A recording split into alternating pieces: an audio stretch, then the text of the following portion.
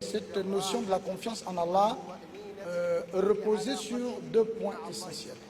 Lorsqu'on dit qu'on a confiance en Allah, on doit réunir deux conditions primordiales. La première, c'est celle de la toute assurance et la toute confiance qui doit régner entre le cœur du croyant et son Seigneur. Le deuxième point, c'est la mise en pratique vis-à-vis de son Seigneur. Parlons de ces deux points.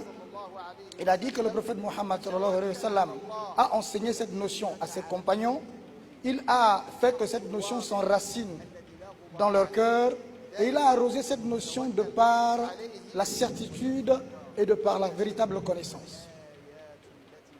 Pour suivre, l'imam a donc entamé une suite d'exemples pour matérialiser le principe de la prise de cause ou alors de l'exécution des causes pour pouvoir obtenir en toute confiance quelque chose auprès d'Allah. Il a cité 4 exemples pour 4 personnes qui ont vécu, de 4 personnes qui vécurent avant nous. Il a commencé par Moussa alayhi salam.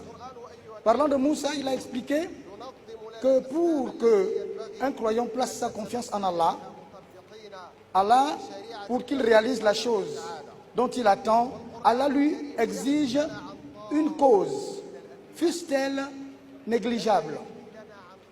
Regardez un grand événement comme celui de Moïse, lorsqu'il se fit poursuivre par Pharaon.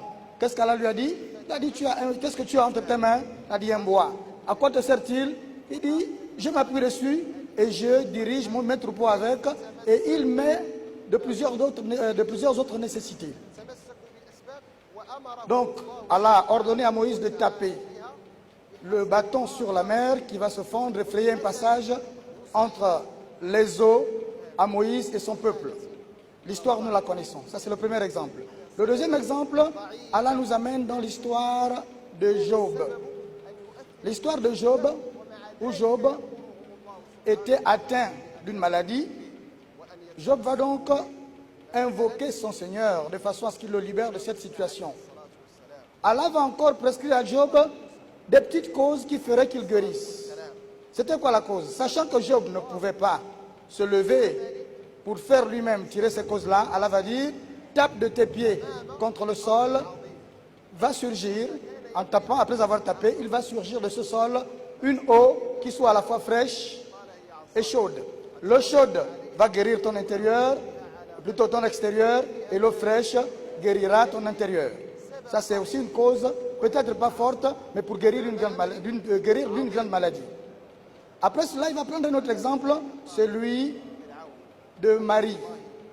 Marie, en plein accouchement, fatiguée, incapable de se lever pour secouer le tronc du palmier qui pouvait faire tomber des dattes qui lui serviront de nourriture, Dieu va lui dire, secoue quand même le tronc du palmier, fais un effort, fais ne serait-ce qu'un semblant, il tombera des dattes fraîches et mûres, mange donc et bois, et que ton œil se réjouisse.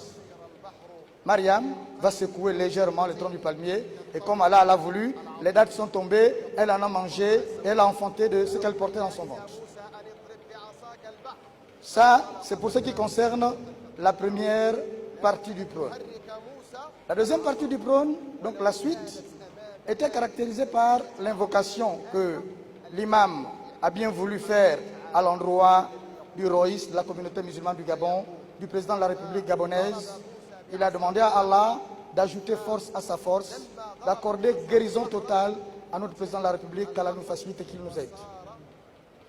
Pour la suite, il s'est retourné vers nos élèves du Britannique militaire, qui, comme à l'accoutumée, sont encore venus solliciter de nos prières, celles de l'imam et même celles des fidèles. Ils arrivent à l'occasion où les imams sont toujours là.